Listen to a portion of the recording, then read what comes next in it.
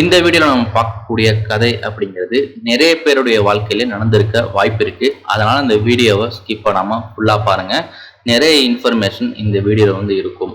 இந்த வீடியோல இருக்கக்கூடிய கதையை பொறுத்தவரைய முக்கியமான இதோடைய கருப்பொருள் என்ன அப்படின்னா, கடைசியில நீங்க எடுக்கக்கூடிய முடிவும் உங்களுக்கு வெற்றி தரும் அப்படிங்கிறது தான். முக்கியமா இந்த வீடியோ பொறுத்தவரைய 5 பசங்க இருப்பாங்க. அந்த 5 பசங்களுமே ரொம்ப வாழு பசங்க. இவங்க எப்பவுமே ஒன்னாவே சுத்திக்கிட்டு இருப்பாங்க. ஒரு நாள் அவனுடைய ஃப்ரெண்டோடைய மாங்காய் தோப்புக்கு மாங்காய் பறிக்க எல்லாருமே போயிருந்தாங்க. அந்த நேரத்துல மாங்காய் பறிக்கிறத விட்டுட்டு பக்கத்துல என்னென்ன இருக்கு அப்படிங்கிறத கவனிக்க ஆரம்பிக்கிறாங்க. அப்பதான் அவங்க கண்ணில் ஒரு தேன் கூடு அப்படிங்கிறது தென்படுது. அந்த தேன் கூடை பார்த்த உடனே சும்மா இருப்பாங்களாம், அதை எப்படியாவது எடுக்கணும் அப்படிங்கிற முயற்சியில 5 பேருமே இறங்குறாங்க. நம்ம ஹீரோ உடனே என்ன பண்றான் அப்படின்னா, கையில ஒரு குச்சியை எடுத்துக்கிட்டு நெருப்பை அதுல மூட்டுறான். அந்த நெருப்பை மூட்டி அந்த தேன்கூடு பக்கத்துல கொண்டு போற கொஞ்ச நேரத்துக்குள்ளேயே மழை அப்படிங்கிறது அவங்களுடைய பிளானையே சொதப்பி விட்டுருது. மழை தான் வந்துருச்சே, நெருப்பு மணைஞ்சிருச்சு, இப்ப என்ன நடக்கும்? தேனீகள் எல்லாமே துரத்த ஆரம்பிக்குது. ஒவ்வொருத்தவனும் ஒவ்வொரு திசையை பார்த்து ஓட ஆரம்பிக்கிறான். இதுல ஹீரோ ஒரு முட்டுச்சந்துல போய் மாட்டிக்கிறான். இந்த மாதிரி முட்டுச்சந்துல மாட்டினதுனால இவங்க பண்ண அந்த விஷயத்தினால கோபம் அடைஞ்ச அந்த தேனீக்கள் ஒட்டுமொத்தமான கோபத்தையும் ஹீரோ மேல காமிக்குது. ஹீரோ கொஞ்ச நேரத்திலேயே மயங்கி விழுகிறான். அதுக்கப்புறம் 30 நிமிஷம் கழிச்சு அவன் ஃப்ரெண்ட்ஸ் எல்லாருமே ஓடி வர்றாங்க. அப்போ ஹீரோ மயங்கி விழுந்து இருக்கிறத பார்த்துட்டு உடனே அவனை கொண்டுட்டு போயிட்டு ஹாஸ்பிட்டல் சேர்க்குறாங்க. டாக்டர் கேட்குறாரு, என்னப்பா ஆச்சு, ஏன் மயங்கி இருக்கோம் அப்படிங்கிறது கேட்கும்பொழுது தான் சொல்றாங்க, இந்த மாதிரி தேன் கூடு விரட்டும் பொழுது அது கடிச்சிருச்சு, அதனால மயங்கி விழுந்துட்டான் அப்படிங்கிறத சொல்றாங்க. உடனே அவங்க அப்பாவும் அம்மாவும் வர்றாங்க. டாக்டரை பார்க்குறாங்க. இன்னும் பிரச்சனை இல்லை மேடம், இது ஈஸியாக சரி பண்ணிடலாம் அப்படிங்கிறத டாக்டர் சொல்றாரு. அதுக்கப்புறம் பசங்க எல்லாருமே கொஞ்சம் வெளியே இருக்க சொல்லி பார்த்தீங்கன்னா டாக்டர் சொன்ன உடனே எல்லாருமே வெளியே போயிடுறாங்க. அதுக்கப்புறம் அவங்க அம்மா அப்பாட்ட டாக்டர் என்ன சொல்றாருன்னா, உங்க பையனை இந்த பசங்களோட சேர்க்காதீங்க, ரொம்பவே வாழு பசங்க, இந்த மாதிரி பிரச்சனை பார்த்தீங்கன்னா உங்களுக்கு அடிக்கடி வர வாய்ப்பு இருக்கு அப்படிங்கிறத சொல்றாரு. அதுக்கப்புறம் டாக்டரும் போயிடுறாரு. அதுக்கப்புறம் அந்த பசங்க வர்றாங்க. பசங்க வந்த உடனே அவங்க அம்மா எதுவுமே சொல்லலை. ஏன்னா அந்த பசங்க எல்லாருமே நல்ல பசங்க. அதனால அவங்க அம்மாவும் அமைதியா இருக்கிறாங்க. அவங்களும் ஃப்ரெண்ட்ஸை பார்த்துட்டு கொஞ்ச நேரம் கழிச்சு எல்லாருமே கிளம்பிடுறாங்க. இந்த 4 பசங்களை பொறுத்தவரையே எல்லாருமே ஒரே கிளாஸ்ல தான் படிக்கிறாங்க. இந்த எல்லா பசங்களும் 10ஆம் வகுப்பு தான் படிக்கிறாங்க. கவர்மெண்ட் ஸ்கூல்ல தான் படிக்கிறாங்க. இவங்க எல்லாருமே சூப்பரா படிக்கக்கூடிய பசங்க. யாருமே நல்லா படிக்க மாட்டாங்க அப்படின்னு சொல்ல முடியாது. அங்கதான் ஒரு பொண்ணு படிக்கிறான். அந்த பொண்ணு பேரு ரோசி. அவங்களுக்கும் இந்த பொண்ணுக்கும் கண்டாலே ஆகாது. ஏன்னா அந்த பொண்ணு தான் கிளாஸோடைய லீடர். டீச்சர் எங்கேயாச்சும் போனாலும் சரி, மீட்டிங் போனாலும் சரி, ஸ்டாஃப் ரூம் போனாலும் சரி, அந்த பொண்ணை தான் கிளாஸை பார்த்துக்க சொல்லிட்டு போவாரு. யாராச்சும் ஒருத்தவங்க பேசினா உடனே போர்டில் பேர் எழுதி மிஸ்ட மாட்டி விடுறதுதான் இவருடைய முக்கியமான வேலை. எப்பவுமே டீச்சர் இந்த மாதிரி எங்கேயாவது போயிட்டாங்க அப்படின்னா பசங்க பேசுறாங்களோ இல்லையோ, முதல்ல பாத்தீங்கன்னா அந்த 5 பேருடைய பேரு போர்டில் வந்துடும். ஏன் அப்படின்னா எப்படி இருந்தாலும் அவங்க பேசித்தான் தீருவாங்க. மிஸ் வெளியே போயிட்டு அடுத்த நிமிஷமே அந்த பசங்க பேச ஆரம்பிச்சிருவாங்க. இதனால இந்த மாதிரி மாட்டி விடுறதுனாலேயே அந்த பசங்களுக்கும் இந்த பொண்ணுக்கும் ஆகவே ஆகாது. அதே மாதிரி இந்த பசங்களுக்கு கெட்ட பழக்கம் அப்படிங்கிற எதுவுமே கிடையாது. மிஞ்சி மிஞ்சி போனால் லீவ்ல ஒரு கிரிக்கெட் விளையாடுவாங்க. ஒரு நாள் இங்க கிரிக்கெட் விளையாடும் பொழுது பந்து தூக்கி போட்டு விளையாண்டுக்கிட்டு இருக்காங்க. அப்ப தெரியாம ஒரு மாடு பாத்தீங்கன்னா அந்த இடத்துல கயிறு அத்துக்கிட்டு ஓடி வந்துகிட்டு இருக்கு. குதிச்சு பயங்கரமா வந்துகிட்டு இருக்கு. அந்த நேரம் பார்த்து ஹீரோ நடந்து போய்கிட்டு இருக்கான். ஏன்னா எல்லாருமே கிரவுண்ட்ல தான் இருக்காங்க. நடந்து போயிட்டு இருக்கான். அந்த கிரவுண்ட் வழியா தான் அந்த ரோசி அப்படிங்கிற பொண்ணு கடந்து போய்கிட்டு இருக்கா. அந்த நேரத்துல தான் ஹீரோ பார்க்கவே இல்லை, மாடு வர்றத பார்க்கவே இல்லை. எல்லாருமே கத்துறாங்க, மாடு வருது மாடு வருதுன்னு கத்துறாங்க. ஆனா ஹீரோ சுத்தமா கண்டுக்கல. ஏன்னா ஹெட்செட் போட்டுக்கிட்டு பாட்டு கேட்டுக்கிட்டு இருக்கான். அப்ப எல்லாமே பாத்தீங்கன்னா பட்டன் போன் தான். அதுல எஃப்எம் ரேடியோ கேட்டுக்கிட்டு இருப்பாங்க. அந்த மாதிரி கேட்டுக்கிட்டே இருக்கும் பொழுது ஹீரோயின் பக்கத்துல வந்துகிட்டு இருக்கா. ரோசி பக்கத்துல வரும்பொழுது இந்த மாதிரி மாடு வர்றதை பார்த்துட்டு உடனே தள்ளி விட்டுறான். தள்ளி விட்ட உடனே மாடு நேரா பாத்தீங்கன்னா குதிச்சு போயிருச்சு. அந்த இடத்துல ஹீரோ தப்பிச்சிடறான்.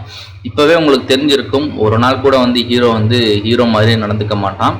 இந்த இடத்துல முழுக்க முழுக்க பாத்தீங்கன்னா ஹீரோ ஹீரோவாகவே இருக்க மாட்டான். அடுத்து ஒரு நாள் என்ன நடக்குது அப்படின்னா, ஸ்கூல்ல ஸ்பெஷல் கிளாஸ் வைக்கிறதா சொல்லியிருந்தாங்க. அதனால எல்லா பசங்களும் ஸ்பெஷல் கிளாஸ்க்கு டீச்சர் கூப்பிட்டதுனால வந்திருக்காங்க. ரொம்ப நேரம் ஆகியும் எல்லாருமே வெயிட் பண்றாங்க. ரொம்ப நேரம் ஆகியும் மிஸ் வரவே இல்லை. அவங்க வெயிட் பண்ணி பாக்குறாங்க. 1 மணி நேரம் ஆகுது, 2 மணி நேரம் ஆகுது, மிஸ் வரவே இல்லை. கடைசியா பசங்க என்ன பண்றாங்கன்னா விளையாட ஆரம்பிச்சிட்டாங்க. நம்ம பசங்க தான் கிரிக்கெட்ல டாப் பிளேயர் ஆச்சு. உடனே என்ன பண்றாங்கன்னா, நோட்டை கிழிச்சு அதில் இருக்கக்கூடிய பேப்பர்ஸை வச்சு ஒரு பால் வந்து உருவாக்குறாங்க. நோட்டே பேட்டாக மாற்றுறாங்க. உடனே அதை வந்து ஒரு கிரிக்கெட் கிரவுண்டாக மாற்றுறாங்க, விளையாட ஆரம்பிக்கிறாங்க. இப்படியே டைம் வந்து போகுது. 2 மணி நேரம் அந்த மாதிரியே விளையாண்டாங்க. மற்ற பொண்ணுங்கள்லாம் என்ன பண்ணுறாங்கன்னா, நமக்கு தான் தெரியுமே, பொண்ணுங்க வந்து டைம் கிடைச்சா போதும் கதையாக பேச ஆரம்பிச்சிருவாங்க. சீரியல் கதையிலேருந்து பக்கத்து வீட்டு கதை வரை எல்லாமே பார்த்தீங்கன்னா அந்த இடத்துல ஓடிக்கிட்டு இருக்கும். இதே மாதிரி டைம் போகுது. கடைசியாக பார்த்தா டீச்சர் வந்து 12:30 மணிக்கு மத்தியானம் வர்றாங்க. பசங்க விளையாடுறத பார்த்துட்டு கோவமான டீச்சர் உடனே பசங்களை கூப்பிட்டு முட்டி போட வைக்கிறாங்க. பொண்ணுங்களை கூப்பிட்டு ஒத்த காலில் வந்து நிற்க வைக்கிறாங்க. அப்புறம் கொஞ்ச நேரத்தில் சரி போய் எல்லாருமே சாப்பிட்டுவாங்க, இந்த தடவை வந்து மன்னிச்சுட்டேன், அடுத்த தடவை இந்த மாதிரி பண்ணக்கூடாது அப்படின்னு சொல்லிட்டு எல்லாருமே வந்து அமுச்சு விட்டுறாங்க. இங்கே என்ன ஒரு விஷயம் அப்படின்னா வந்து ஸ்பெஷல் கிளாஸ் அப்படின்னு சொன்னதுனால யாருமே வந்து சாப்பாடே கொண்டு வரல. ஏன்னா ஸ்பெஷல் கிளாஸ் வந்து முந்தின நாள் என்ன சொல்லியிருப்பாங்க அப்படின்னா வந்து 1 மணிக்கெல்லாம் முடிஞ்சிருப்பான் அப்படிங்கிறத வந்து சொல்லியிருப்பாங்க. ஆனால் யாருமே வந்து இந்த மாதிரி 1 மணிக்கு முடிஞ்சிடும், வீட்டில் போய் சாப்பிட்டுக்கலாம் அப்படிங்கிற பிளான்ல தான் வந்திருப்பாங்க. இந்த இடத்துல ஒரு ட்விஸ்ட் என்ன அப்படின்னா வந்து அந்த பசங்களுடைய கிளாஸ்ல இருக்கக்கூடிய ஒரு பையனுக்கு வந்து காது குத்து அன்னைக்கு வச்சிருப்பாங்க. அந்த காது குத்து வச்சிருக்கக்கூடிய மகள் பார்த்தீங்கன்னா அந்த ஸ்கூலுக்கு பக்கத்துலேயே வந்து இருந்திருக்கும். அதனால வந்து எல்லாருமே பசங்க எல்லாருமே போயிட்டு அங்கே போய் சாப்பிட்ருப்பாங்க. லேடிஸ் யாருமே வந்து சாப்பாடு கொண்டு வந்திருக்க மாட்டாங்க. அதனால என்ன செய்யறதுன்னு தெரியாம வந்து தண்ணியை குடிச்சிட்டு எல்லாருமே வந்து அமைதியாகவே வந்து உட்காந்துருப்பாங்க. கடைசியாக மிஸ்ஸும் வர்றாங்க, கிளாஸும் முடியுது. அந்த கிளாஸ் முடிகிறதுக்கே வந்து 4 மணி ஆயிடுச்சு. யாருமே எதையுமே பேசிக்கல. கடைசியாக எல்லாருமே வந்து கிளம்பிடுறாங்க. இதை எல்லாத்தையுமே வந்து ஹீரோ வந்து நோட் பண்ணிக்கிட்டு தான் இருக்கான். ஏன்னா எல்லாருமே அவங்க சுயநலத்தை தான் பார்க்குறாங்க, மற்றவங்களுடைய கஷ்டத்தை யாருமே பார்க்கல அப்படிங்கிற மனசுக்குள்ளேயே வந்து யோசிக்கிறான். கடைசியாக வந்து கிளாஸ் முடிஞ்சு எல்லாருமே வந்து வீட்டுக்கு வந்து போயிட்டாங்க. இப்படியே நாட்கள் போகுது. தீபாவளி வேற நெருங்கிருச்சு. எல்லாரும் பட்டாசு துணி வாங்க பிளான் பண்ணிட்டு இருக்காங்க. அப்போதான் வந்து ஹீரோவுடைய ஃபேமிலியை பற்றி வந்து நம்ம பார்க்க போகிறோம். ஹீரோடைய ஃபேமிலியை பொறுத்தவரை வந்து ரொம்பவே வந்து கஷ்டப்படுற ஃபேமிலி. அதனால தான் வந்து எல்லாத்தையும் அமைதியாகவே கேட்டுட்டு இருக்கான் நம்மளுடைய ஹீரோ. நாம கொஞ்சம் அளவு பணம் இருந்தா, இருக்கிற ஃபேமிலியா இருந்தா நல்லா இருந்திருக்கும்ல அப்படிங்கிறத மனசுல வந்து நினைக்கிறான். ஆனா எல்லாருக்கும் இது வந்து அமைவதில்லை. இந்த வீடியோ பார்க்குற உங்களுக்கே தெரிஞ்சிருக்கும், உங்க வாழ்க்கையிலையும் வந்து பல கஷ்டங்கள் வந்து இருந்திருக்கும். அதெல்லாம் கடந்துதான் இப்ப நீங்க ஒரு நிலைமையில வந்து இருப்பீங்க. இன்னும் சில பேர் வந்து அதுக்காக முயற்சிகள் வந்து எடுத்துக்கிட்டு இருப்பீங்க. அந்த பையனுக்கும் வந்து அதே போலதான் வந்து நிலைமை வந்து அந்த டயத்துல வந்து இருந்திருக்கு. நாட்கள் கடந்து போகுது. தீபாவளி வந்து நெருங்கிருச்சு. அதனால தீபாவளிக்கு இன்னும் ட்ரெஸ் எடுக்கிறதோ அதே பட்டாசு எடுக்கிறதுக்கான ஃப்ரெண்ட்ஸோட போகணும் இல்லையா, அதுக்கான பிளான்லாம் வந்து பண்ணிக்கிறாங்க. ஹீரோ வீட்டில் அன்னைக்கு நைட் தான், அதாவது தீபாவளிக்கு முந்தின நாள் தான் வந்து ட்ரெஸ்லாம் எடுக்கிறதுக்கு வந்து பிளான் பண்ணியிருக்காங்க. ஏன்னா ஹீரோவுடைய வீட்டில் கிட்டத்தட்ட 4 பேர் வந்து இருக்காங்க. அப்பா அம்மாவை தவிர்த்து வந்து பசங்க 4 பேர் வந்திருக்காங்க. அதில் ஒரு அண்ணன், ஒரு அக்கா, 3ஆவதாக வந்து ஹீரோ, அதுக்கப்புறம் லாஸ்ட்டாக ஒரு தங்கச்சி வந்து அவங்களுடைய ஃபேமிலியில் இருக்காங்க.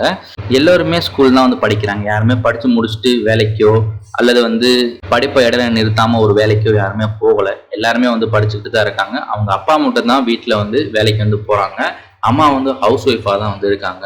இப்படி இருக்கிற சூழ்நிலையில் வந்து யாராச்சும் ஒருத்தவங்களாவது படித்து முடிச்சுட்டு வேலைக்கு போக மாட்டாங்களா அப்படிங்கிற எண்ணத்துல தான் வந்து எல்லாருமே வந்திருக்காங்க. ஏன்னா அப்படி போனால் அவங்களுடைய கஷ்டம் வந்து கொஞ்சம் குறையும் அப்படிங்கிறத நினைக்கிறான். ஹீரோவும் இதே மாதிரி தான் வந்து யோசிச்சுக்கிட்டு இருக்கான். அதனால வந்து அவங்க கஷ்டம் போகிற வரைய வந்து இதை மனசுக்குள்ளேயே பூட்டி வச்சுக்கிறாங்க எல்லாருமே. இவன் மட்டும் இல்லை, இவனோட அக்கா, தங்கச்சி எல்லாருமே வந்து இதைத்தான் வந்து நினைக்கிறாங்க. கடைசி எல்லாரும் ட்ரெஸ் வாங்க பஜாருக்கு போயிட்டாங்க. அங்க எங்கெங்கெல்லாம் சீப்பா கிடைக்குமோ அங்கங்கெல்லாம் போறாங்க. அப்பாவுக்கு தெரியும், ஏன்னா வருஷம் வருஷம் வந்து எங்க வாங்குவோம் அப்படிங்கறத அப்பா செட் பண்ணியிருப்பாரு. ஏன்னா பட்ஜெட்லாம் அந்த இடத்துல தான் வந்து ட்ரெஸ் அப்படிங்கிறது எடுக்க முடியும். அந்த இடத்துக்கு வந்து பசங்க எல்லாருமே வந்து கூட்டி போறாங்க. அக்கா ட்ரெஸ் எடுக்கிறா, ரேட்டை பாக்குறா, வச்சிடுறா. அண்ணா ட்ரெஸ் எடுக்கிறான், ரேட்டை பார்க்குறான், வச்சிடுறான். ட்ரெஸ் அழகா இருந்தாலும் அவங்க வந்து எடுக்கவே இல்லை. ஏன்னா அதில் இருக்கக்கூடிய அழகை யாருமே வந்து பார்க்கல. அது எவ்வளோ பட்ஜெட்டில் இருக்குது அப்படிங்கிறத வந்து பார்க்குறாங்க. நம்ம ஹீரோ மட்டும் சும்மா இருப்பானா, நம்ம ஹீரோவும் அதே தான் வந்து பண்ணுறான். அப்பா 250 ரூபாய்க்கு சட்டையை காமிச்சா பசங்க வந்து 200 ரூபாயில் சட்டை இருக்கான்னு தேடுறாங்க. ஏன்னா இந்த ஷாப்பிங் முடிஞ்சு போகிறப்ப எல்லாருமே வந்து கடையில் போயிட்டு சாப்பிட வேண்டிய ஒரு சூழ்நிலை இருக்குது. அதற்காகவாவது வந்து அட்லீஸ்ட் ஒரு 50 ரூபா வந்து மிச்சம் பண்ணணும். அந்த நேரத்தில் வந்து 30 ரூபா இருந்தாலே போதும், டிஃபன் வந்து சாப்பிட்றலாம். மீதி 20 ரூபா அல்லது ஒரு 30 ரூபா மிஞ்சிச்சுன்னா அடுத்த நாள் தீபாவளிக்கு வந்து அப்பாட்ட இருந்து காசு வாங்கலாம். ஏன்னா பசங்க எல்லாருமே வந்து வாங்கின பட்டாசையும் தீர்த்துருவாங்க. அது வந்து அரை மணி நேரத்திலேயே வாங்கின பட்டாசு எல்லாத்தையும் தீர்த்துருவாங்க. மீதி இருக்கக்கூடிய காசுல திரும்ப போயிட்டு வந்து பட்டாசு வாங்கக்கூடிய சூழ்நிலை ஏற்படலாம். அல்லது ஏதாவது வந்து ஒரு சாக்லேட்டு தான் வந்து வாங்கக்கூடிய சூழ்நிலை வந்து ஏற்படலாம். அதனால வந்து அந்த மாதிரி பிளான் பண்ணியிருக்காங்க. இந்த மாதிரி வந்து அப்பாவுக்கு முழுக்க முழுக்க பசங்க வந்து சப்போர்ட் பண்றாங்க.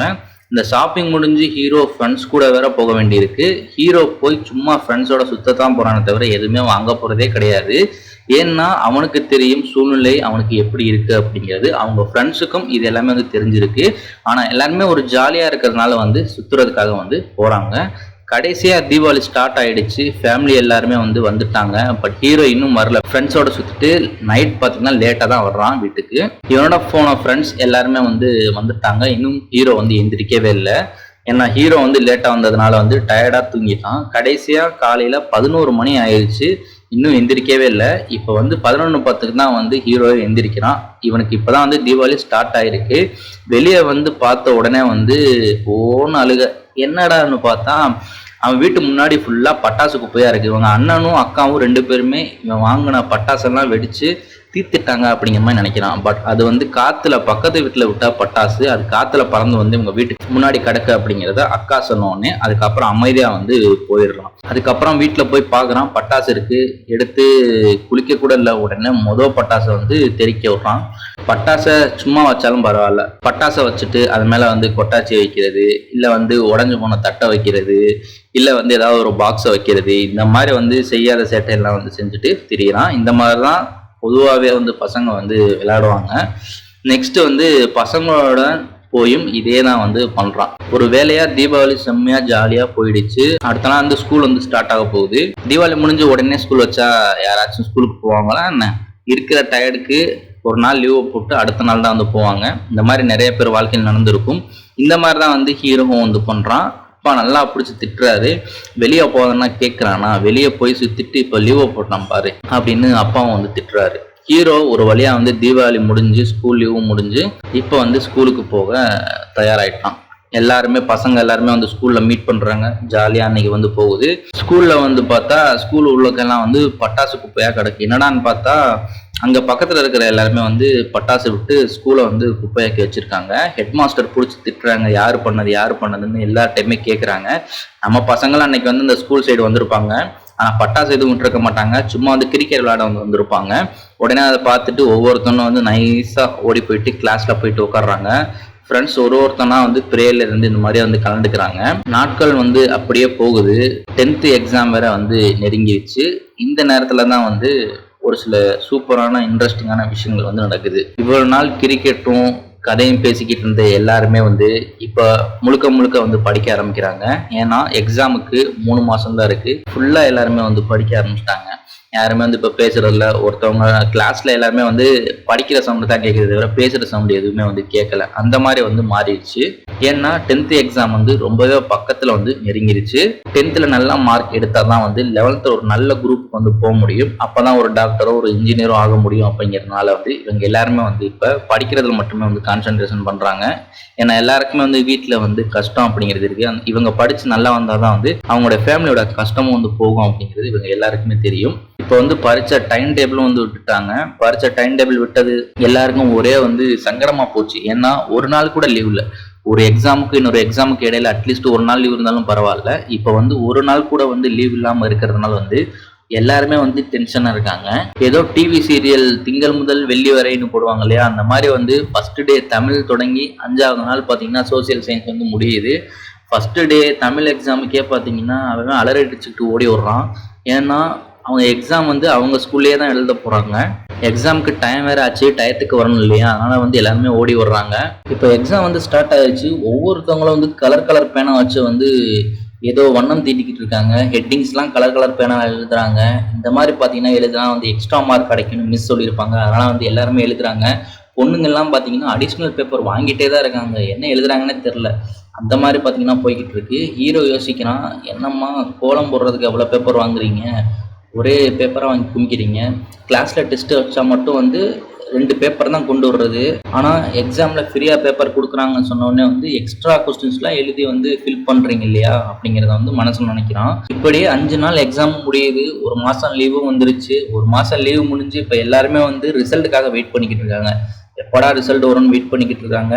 இந்த கதை பொறுத்தவரை 90s கிட்ஸ் அப்படிங்கிறதுனால வந்து இந்த கதையில வந்து ஸ்மார்ட் போன்லாம் இருக்காது.